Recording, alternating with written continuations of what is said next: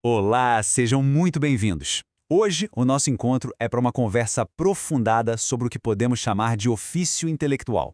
E olhem, a nossa proposta aqui vai muito além de um simples compilado de dicas de estudo, viu? O que faremos juntos é um mergulho de verdade, uma imersão em uma autêntica filosofia de trabalho. É uma jornada que pode transformar a maneira como cada um de nós se relaciona com o conhecimento, especialmente nesse ambiente tão rico e às vezes tão desafiador que é a universidade. Vamos pensar no trabalho intelectual não como um fardo, sabe? Aquela obrigação acadêmica pesada, mas sim como um artesanato. Imagine a figura de um artesão na sua oficina. Ele não está ali só executando uma tarefa mecânica, não. Ele domina suas ferramentas, ele conhece a fundo a sua matéria-prima e, o mais importante, ele imprime a sua visão, a sua alma em cada obra que cria. Da mesma forma, o nosso trabalho com as ideias exige método, exige dedicação e, acima de tudo, uma vocação. Como nos lembra o grande filósofo dominicano Sertilhanges na sua obra clássica A Vida Intelectual, essa jornada exige penetração e continuidade. Não se trata de dar uma tintura superficial no conhecimento, mas de um mergulho profundo, constante. Essa é a jornada que faremos hoje, desde o ato mais fundamental, que é a leitura atenta, passando pela organização sistemática do nosso pensamento, até a gente conseguir construir um argumento original, potente e expressá-lo numa escrita que seja clara, mas que também tenha alma. E para a gente não se perder nessa jornada, temos aqui um mapa, um roteiro bem definido que segue exatamente a lógica do processo de um artesão. A gente começa pela fundação de tudo, pelo porquê das coisas. Lá na seção 1, a vocação para o conhecimento. É onde vamos explorar o propósito que nos move. Depois, na segunda sessão, a gente já põe a mão na massa, na primeira etapa prática, ler para entender, capturar para reter. Vamos aprender a extrair a matéria-prima do conhecimento de um jeito realmente eficaz. A terceira sessão, Sistemas para Organizar o Pensamento, nos leva direto para dentro da oficina. É lá que vamos conhecer as ferramentas e as filosofias para organizar nossas ideias de um jeito poderoso. Com a matéria-prima toda organizada, a quarta sessão vai nos ensinar a construção de argumentos sólidos. É o momento de forjar o pensamento, de dar uma estrutura coerente e persuasiva para ele. A quinta sessão, a escrita como encontro e expressão, é como se fosse o acabamento da nossa obra. É onde vamos aprender a transformar tudo isso num texto que seja, ao mesmo tempo, tecnicamente preciso e expressivamente autêntico. E por fim, na sexta sessão, o ofício do trabalho intelectual, a gente dá um passo para trás para refletir sobre a natureza contínua, cíclica desse ofício, que na verdade é uma prática para a vida inteira. Vamos começar? Então, a gente começa pela base de tudo, a vocação. Por que estamos aqui? O que realmente nos move a dedicar anos tão importantes da nossa vida à busca do conhecimento? O Sertilhanges, que já citei, nos adverte contra um perigo que ele chama de tintura superficial. E isso, convenhamos, é um perigo constante na vida acadêmica. É o estudante que lê só o resumo para a prova, que escreve um trabalho só para cumprir um prazo, que busca o diploma como se fosse um troféu, um fim em si mesmo. Isso é a tintura superficial. É um verniz de conhecimento que não penetra na alma e que, com o tempo, desbota e se desfaz. A verdadeira vida intelectual, ao contrário, nasce de um chamado interior, sabe? De uma inquietação, de uma busca sincera por um propósito que vai muito além de simplesmente acumular informações. É o desejo de transformar conhecimento em sabedoria. E a sabedoria numa lente, uma lente através da qual a gente enxerga e vive o mundo de um jeito mais profundo. É um compromisso com a clareza, com a verdade e com o desenvolvimento pleno das nossas faculdades mentais e, por que não, espirituais. Sem essa vocação, sem esse porquê bem definido, todas as técnicas que a gente vai discutir aqui seriam apenas ferramentas vazias. É o propósito que dá vida ao ofício. A essência do pensamento de Sertilhanges está concentrada em duas palavras-chave aqui: penetração e continuidade.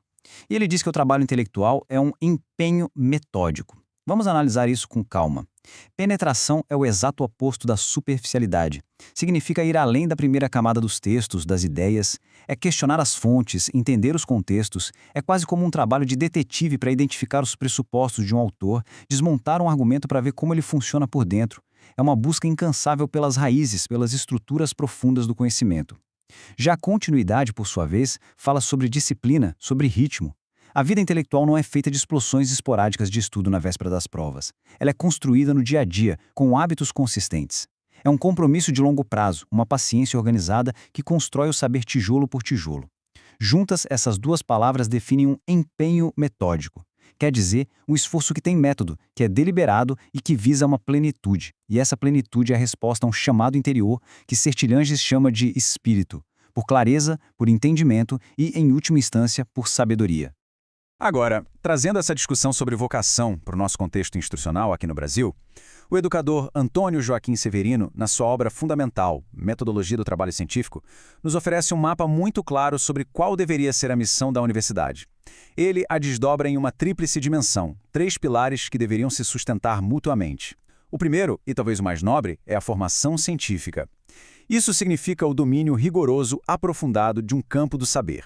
É desenvolver a capacidade de pesquisa, de análise crítica e, principalmente, de produção de conhecimento original. O segundo pilar é a formação profissional, que é a dimensão mais evidente para muita gente. A habilitação técnica para exercer uma profissão, para atuar de forma competente na sociedade. E, por fim, o terceiro pilar, que muitas vezes é negligenciado, é a formação política. E aqui, atenção, isso não tem nada a ver com partidarismo. Refere-se ao desenvolvimento de uma consciência social crítica, à compreensão do nosso papel como cidadãos e profissionais na construção de uma sociedade mais justa e democrática. Severino argumenta, com muita razão, que uma formação completa, verdadeiramente universitária, só acontece quando esses 3 pilares são cultivados de forma integrada e equilibrada. E a partir desse modelo ideal de Severino, surge uma provocação crucial. O próprio autor, em sua análise, tece uma crítica muito forte ao modelo universitário que, na prática, muitas vezes se afasta dessa missão integrada. Frequentemente, a universidade se limita ao que ele chama de ensino transmissivo. Sabe aquele modelo de aula em que o professor deposita informações fragmentadas e o aluno as devolve numa prova, sem que haja uma construção ativa, crítica do conhecimento? Pois é. Nesse modelo, a pesquisa, que é o verdadeiro motor da formação científica, e a extensão que conecta a universidade com a sociedade e alimenta a formação política, acabam sendo relegadas a um segundo plano. São vistas como atividades acessórias, um extra, e não como o coração da vida acadêmica. A ênfase recai sobre a certificação burocrática, sobre o diploma, em detrimento da formação integral. Mas essa crítica de Severino não é um convite ao pessimismo, de forma alguma. Pelo contrário, é um chamado à ação.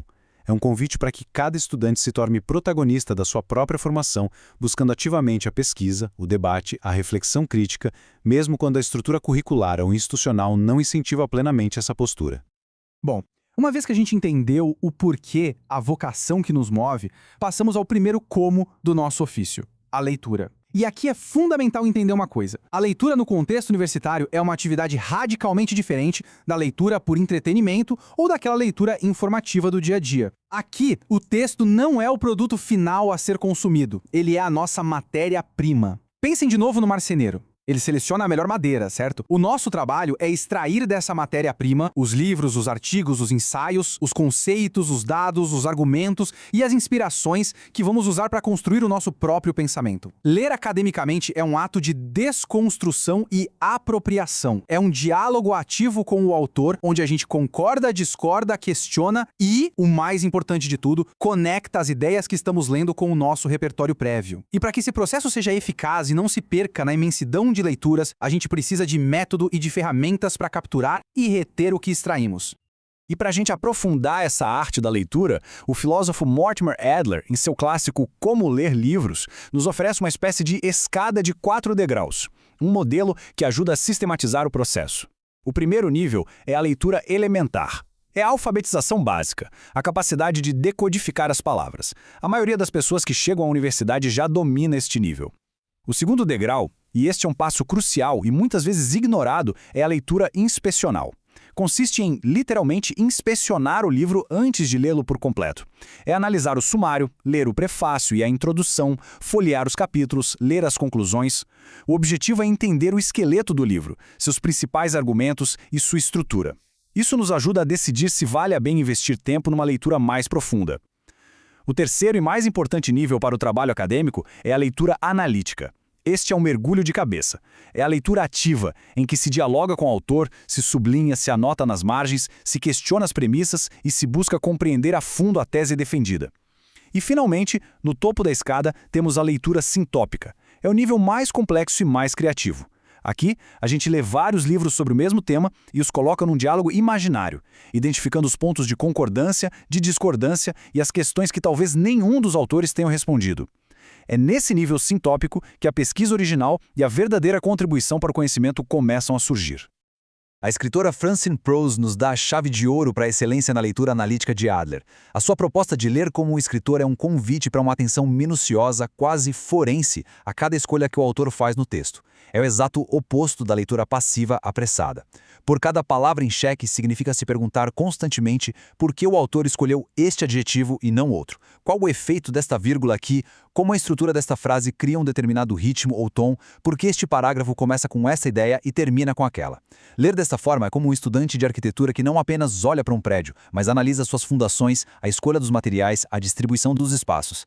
Essa prática, que é uma espécie de engenharia reversa do texto, tem um benefício duplo. Primeiro, ela aprofunda radicalmente nossa compreensão do que estamos lendo. E segundo, ela treina o nosso próprio senso de estilo, de clareza e de precisão, nos transformando em escritores mais conscientes e mais habilidosos. É a leitura como um aprendizado para a própria escrita. No entanto, a leitura, por mais profunda e analítica que seja, é insuficiente se o conhecimento adquirido se perde no éter. A nossa memória biológica, convenhamos, é notoriamente falível e limitada.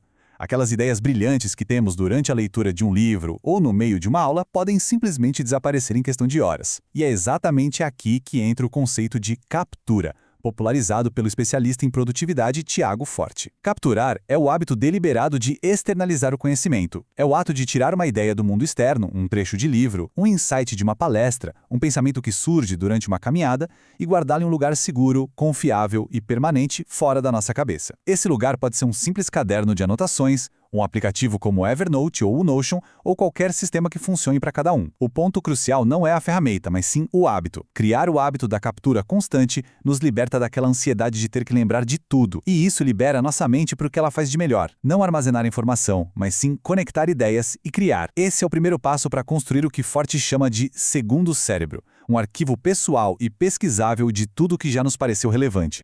Muito bem. Agora que a gente já sabe como ler de forma profunda e como capturar a matéria-prima do conhecimento, precisamos dar o passo seguinte: organizar essa matéria-prima. Sejam bem-vindos à Oficina do Artesão Intelectual. E uma oficina, pensem bem, não é um depósito onde as coisas são simplesmente empilhadas de qualquer jeito.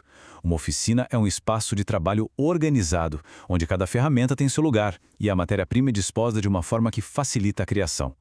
Da mesma forma, nossas notas e ideias capturadas precisam de um sistema, de uma filosofia de organização que nos permita não apenas armazenar informações, mas, e isso é crucial, que nos permita conectar ideias, descobrir padrões e gerar novos insights. Não basta ter um amontoado de notas, a gente precisa de uma rede de conhecimento.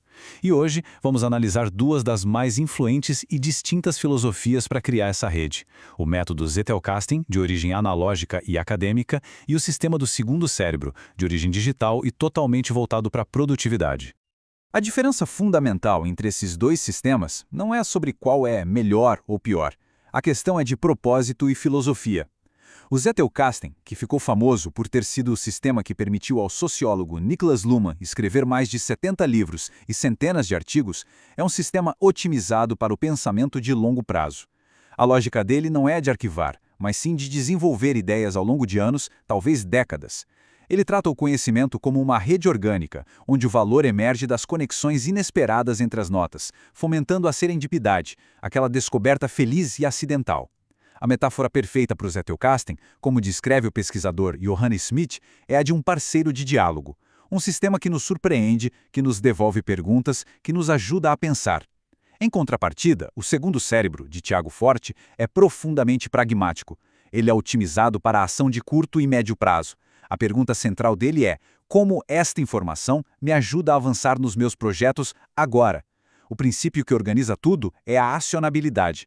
A metáfora aqui seria de um gerente de projetos pessoal, um sistema eficiente, direto, projetado para ajudar a gente a executar tarefas e atingir objetivos concretos no mundo digital e acelerado de hoje.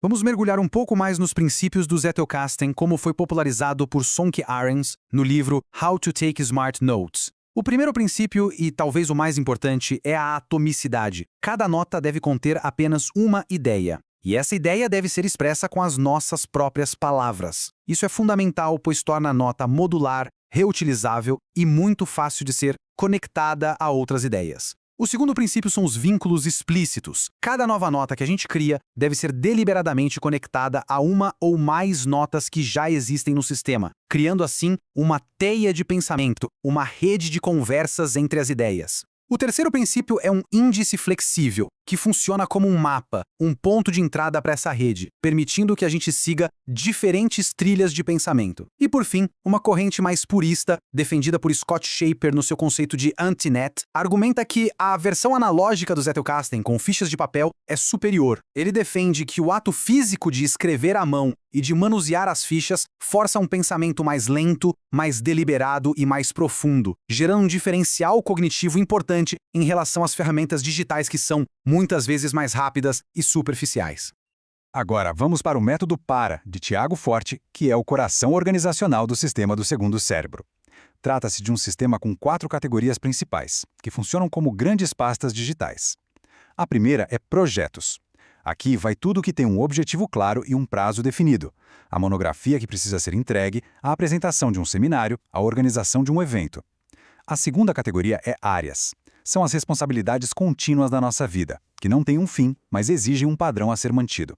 A pasta saúde, a pasta finanças pessoais, desenvolvimento profissional. A terceira é recursos, que funciona como uma biblioteca pessoal sobre tópicos de interesse que não estão necessariamente ligados a um projeto ativo no momento. Por exemplo, História do Brasil ou Inteligência Artificial. E por fim, arquivos, que é o depósito para itens inativos das outras 3 categorias. Projetos que já foram concluídos, áreas que não são mais nossa responsabilidade, etc. A genialidade do PARA está na sua simplicidade e no seu foco total na ação. A informação não é classificada por tema, o que pode ser bem ambíguo, mas sim por sua utilidade e acionabilidade imediata.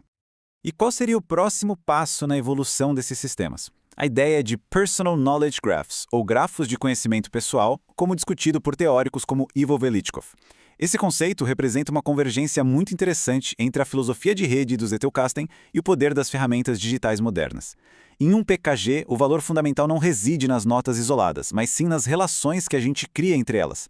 Ferramentas digitais como Obsidian, Roam Research ou Logseq permitem visualizar essa rede de conhecimento como um grafo, um mapa de constelações onde cada nota é uma estrela e os links são as linhas que as conectam. Isso muda fundamentalmente a maneira como a gente interage com o nosso conhecimento. Em vez de navegar por pastas hierárquicas, a gente navega por conexões de ideias. O foco se desloca das coisas que sabemos para as relações entre as coisas, espelhando de forma muito mais fiel a maneira como o nosso cérebro realmente funciona, por associação e conexão. É, de certa forma, a realização digital da visão original de Luhmann. Com a nossa matéria-prima lida, capturada e devidamente organizada em um sistema, chegou a hora de avançar para a forja. Este é o momento em que o artesão começa a dar forma ao material bruto. No nosso caso, o próximo passo no ofício é construir algo concreto e útil com esse conhecimento acumulado. Argumentos sólidos. Um trabalho acadêmico, seja um ensaio, um artigo ou uma tese, não é uma mera coleção de fatos ou um desfile de citações de outros autores. É essencialmente a defesa de uma tese, a sustentação de uma posição, a apresentação de uma contribuição original.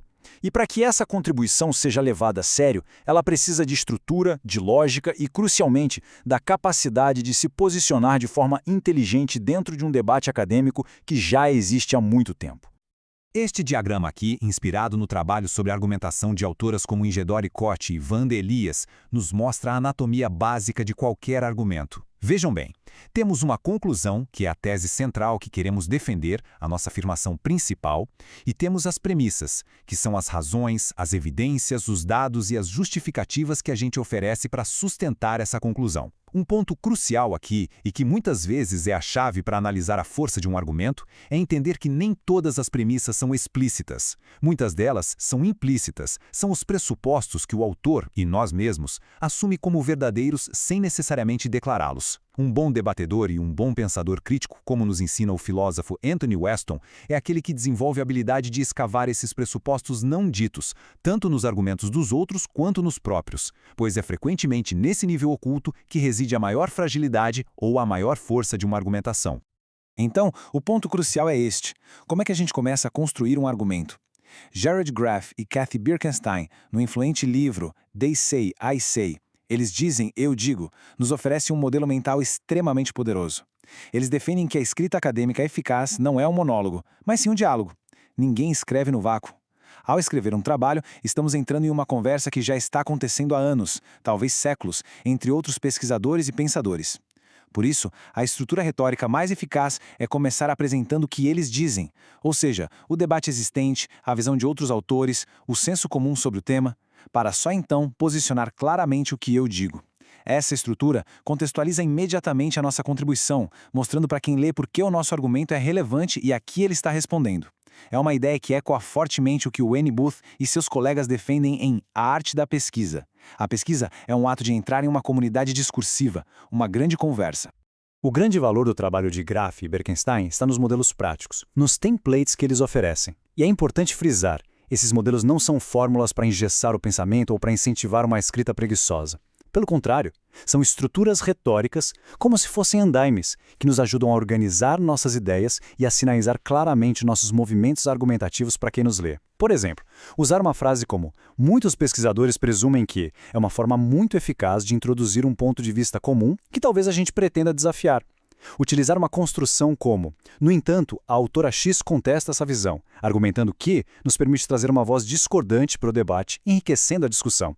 E uma formulação como "concordo que a liberdade de expressão é um pilar da democracia", mas com uma importante qualificação, ela não pode servir de escudo para discursos de ódio. Nos permite refinar um argumento, mostrando nuance e complexidade. Dominar essas ferramentas retóricas é fundamental para guiar o leitor através da nossa linha de raciocínio de forma clara e persuasiva.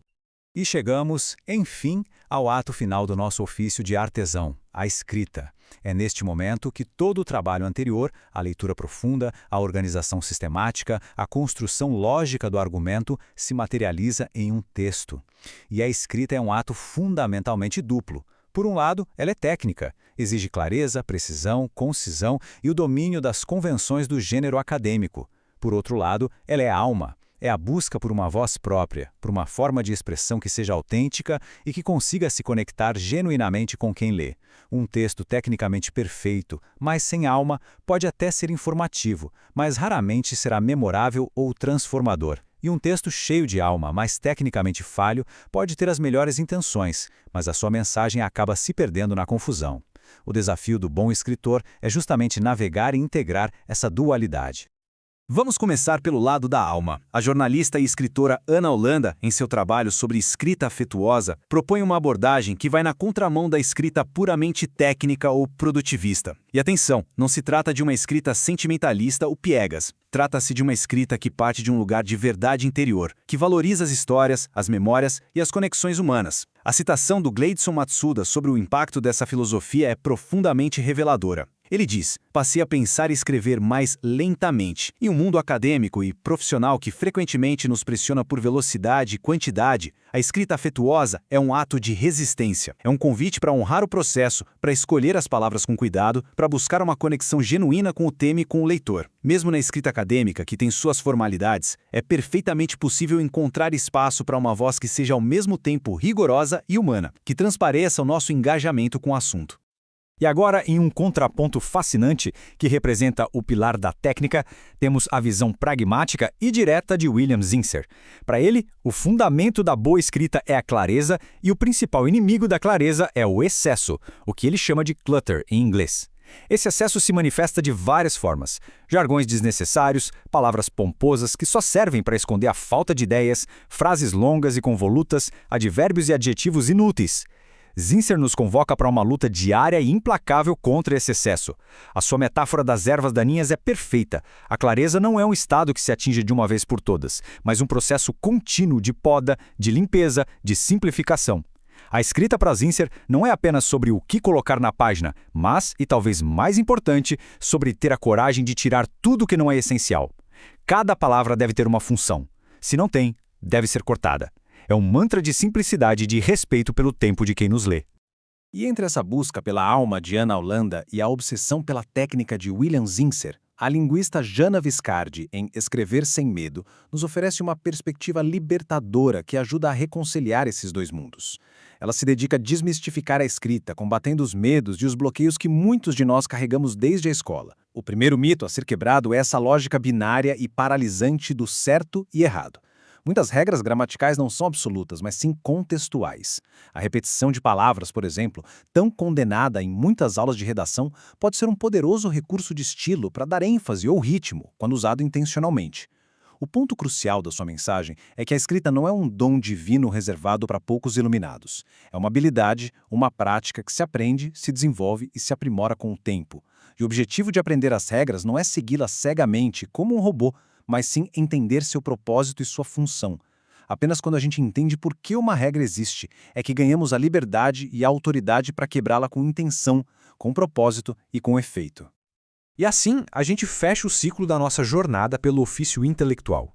Passamos pela vocação que nos dá propósito, pela leitura que nos fornece a matéria-prima, pelos sistemas que organizam nossa oficina, pela argumentação que forja nossas ideias e pela escrita que dá a forma final à nossa obra. Agora é o momento de amarrar todas essas pontas e refletir sobre a natureza deste ofício. O ponto fundamental a ser compreendido é que o trabalho intelectual não é um projeto com um início, um meio e um fim definidos, como a construção de uma casa. Ele é mais parecido com a prática de um músico ou de um atleta. É uma jornada contínua de aprimoramento, um ofício para a vida toda, onde o artesão nunca para de refinar suas ferramentas, de aprofundar sua técnica e de expandir sua visão de mundo. É um processo sem fim. E para concluir, voltamos ao nosso guia inicial, Certilanges, que nos oferece essa definição de gênio que é, ao mesmo tempo, maravilhosa, humilde e profundamente consoladora. Na nossa cultura, a gente tende a pensar no gênio como um raio de inspiração divina, um dom misterioso e inatingível. Certilanges desmistifica completamente essa noção. Para ele, o gênio é uma longa paciência organizada e inteligente. Essa frase resume perfeitamente tudo o que vimos até aqui. É a longa paciência necessária para a leitura analítica e para a escrita lenta e afetuosa. É a organização que a gente vê nos sistemas de conhecimento como o Zettelkasten ou o Para.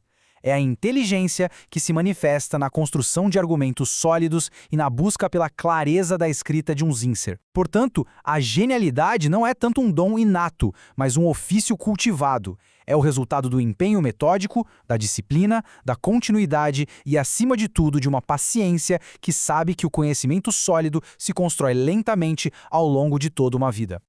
E terminamos com uma pergunta que nos leva de volta ao começo, a vocação. Se o trabalho intelectual é de fato um ofício, e se a nossa mente é a nossa oficina, então a questão final que se coloca para cada um de nós é: qual obra será construída? Qual projeto? Qual pesquisa? Qual livro? Qual contribuição será dada ao mundo a partir das ferramentas e da matéria-prima que reunimos? Essa pergunta não exige uma resposta imediata ou grandiosa. Ela serve antes como uma bússola, como uma estrela guia para a jornada. É um convite para conectar a prática diária e muitas vezes solitária do nosso ofício, a leitura de mais um capítulo, a escrita de mais um parágrafo, a organização de mais uma nota, ao nosso propósito mais profundo, aquela vocação original que nos chamou para esta jornada de conhecimento em primeiro lugar. O ofício só encontra seu sentido pleno quando se torna a expressão de uma obra que vale a pena ser construída.